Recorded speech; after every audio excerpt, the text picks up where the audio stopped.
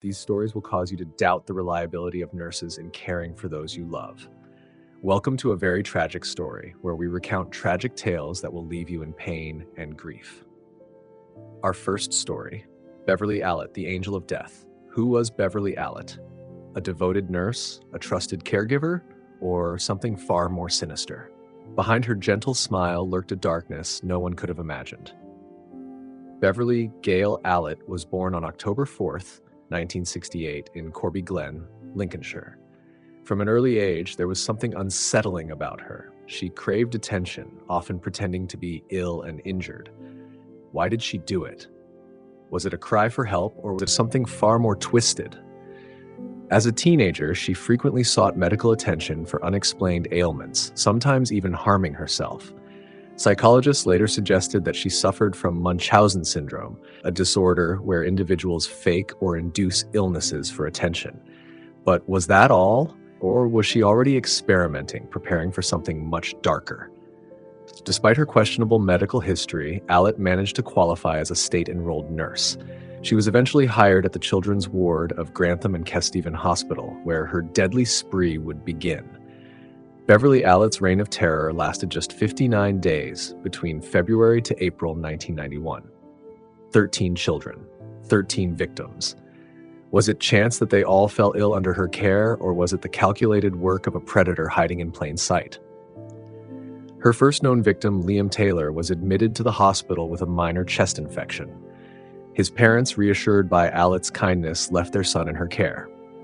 On the 23rd of February, when Liam suffered an unexpected heart attack, Allitt was right there, crying, comforting, holding his mother's hand. "We did everything we could," she whispered. But was she telling the truth, or was she the reason Liam had died? Another victim, Timothy Hardwick, was only 11 years old. Timothy had cerebral palsy. He was recovering from a seizure. Then, out of nowhere, on the 5th of March, he suffered a cardiac arrest. Again, Allitt was present. She grieved bitterly. But was it real? Another tragic loss was 15-month-old Claire Peck. Claire suffered from asthma. She needed routine treatment. But after time alone with Allitt, her little heart stopped. It was only then that suspicion began to creep in the minds of doctors and nurses. Was this an epidemic of misfortune, or was it murder? Amongst her victims were 2-month-old twin sisters, Becky Phillips and Katie Phillips, who luckily survived. Becky came in with a simple infection. She never left, and when her twin Katie was placed under Allitt's watch for observation, she too nearly died. Coincidence? Or was this nurse orchestrating tragedies with chilling precision? In total, Allitt attacked 14 known children. Tragically, 5 did not make it. After Claire Peck's death, hospital administrators finally took action. An internal review revealed an alarming pattern. Allitt had been the only nurse present during every single one of these medical crises. Detectives brought Allitt in for questioning. Did she confess? No. She remained calm, composed, insisting she was just an unlucky nurse caught in tragic circumstances. "I was only trying to help," she told detectives. But the evidence told a different story. Insulin levels in some victims were unexplainably high. Air had been deliberately injected into veins. Children had been poisoned. And in every case, there was one common denominator: Beverley Allitt. A detective later recalled she never showed an ounce of remorse. It was as if she believed she had done nothing wrong. After months of investigation, Allitt was formally arrested in November 1991.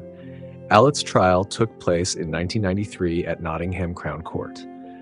The prosecution painted a chilling picture of a woman who thrived on chaos and sympathy, a nurse who played God with innocent lives. Allitt refused to testify. She sat silent and emotionless as grieving parents relived the worst moments of their lives. Liam Taylor's mother said, "She held my hand and told me she tried to save my son, but all along, she was the one who took him from me." Katie Phillips' parents added, "We trusted her with both our daughters. One is dead, and the other will never be the same." Beverley Allitt was found guilty on all counts. 4 counts of murder, 3 counts of attempted murder, 6 counts of grievous bodily harm, 13 life sentences. The judge called her a serious danger to society. Beverley Allitt, the Angel of Death, a name forever tied to tragedy. She used her position as a nurse, a symbol of trust and care, to betray the most innocent. But why? Next nurse, Lucy Letby, the nurse of nightmares. Lucy Letby was a dedicated nurse, a silent guardian of fragile newborns. Or was she something else entirely? Something far more terrifying? In the sterile halls of the Countess of Chester Hospital, the cries of newborns faded into eerie silence. A pattern emerged. Innocent lives, once filled with hope, were slipping away. Was it fate? Or was something more sinister lurking in the shadows? Lucy Letby was born on January 4th, 1990, in Hereford, England. By all appearances, she was an ordinary woman. Friends described her as quiet, reserved, and deeply passionate about her career as a neonatal nurse. Letby pursued a career in nursing with an apparent desire to help others, specializing in neonatal care, where the most fragile of lives were placed in her hands. Everyone believed she was a genuine caregiver, but this was a cover for something far more disturbing. Between June 2015 and June 2016, the Countess of Chester Hospital saw a shocking rise in the number of newborn deaths and near-fatal collapses in its neonatal unit. The air of the ward grew heavy with dread. Doctors, puzzled by the sudden surge in tragedies, scrambled for answers. What was happening to these babies? Babies who had been stable one moment would suddenly deteriorate. Resuscitation attempts often failed, and in the worst cases, they died inexplicably. In all cases, the only common factor was Lucy Letby, who was always on duty. A pattern began to form. Doctors noticed that whenever Letby was on shift, the unit experienced more deaths. When she was off duty, the deaths seemed to stop. Was this just a horrific coincidence? By 2016, the hospital administration could no longer ignore the growing concerns. Consultant pediatricians raised the alarm, but their warnings were dismissed. At first, administrators resisted the idea that one of their own could be responsible for such horrors. Dr. Stephen Brary, the lead consultant in the neonatal unit, was among the first to voice suspicion. He reviewed the records and found an unsettling pattern.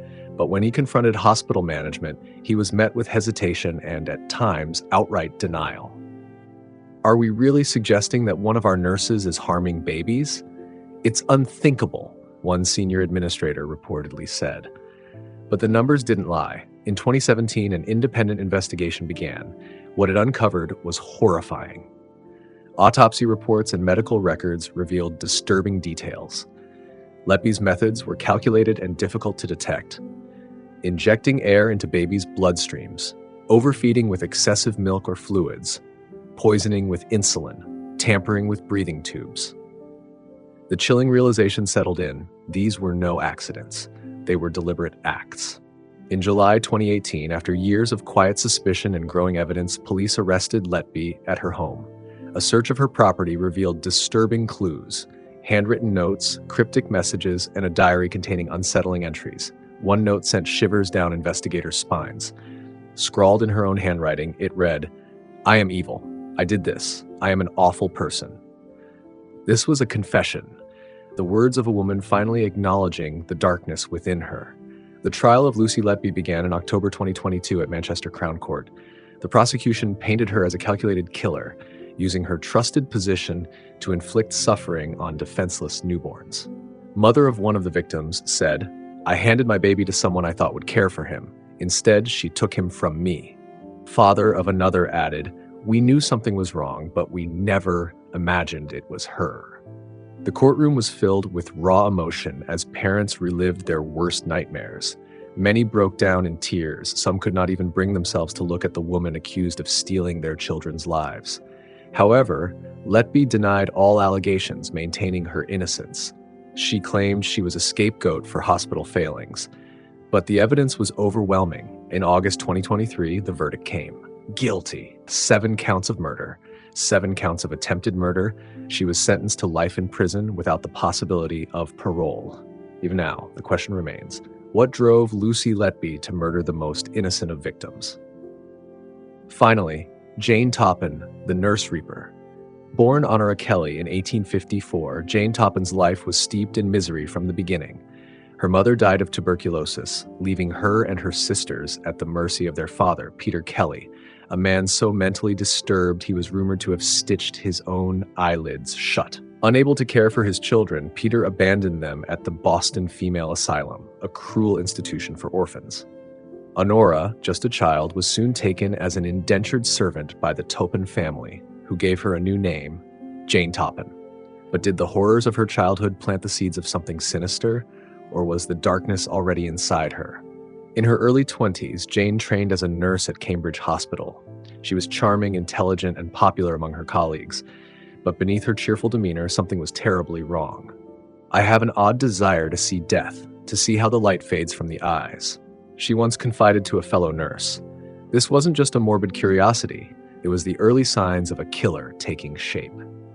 At first, Jane's fascination with death remained hidden, but as she gained more control over her patients, she began experimenting. She would administer morphine and atropine in lethal doses, first watching her victims suffer, then reviving them, only to push them further toward death.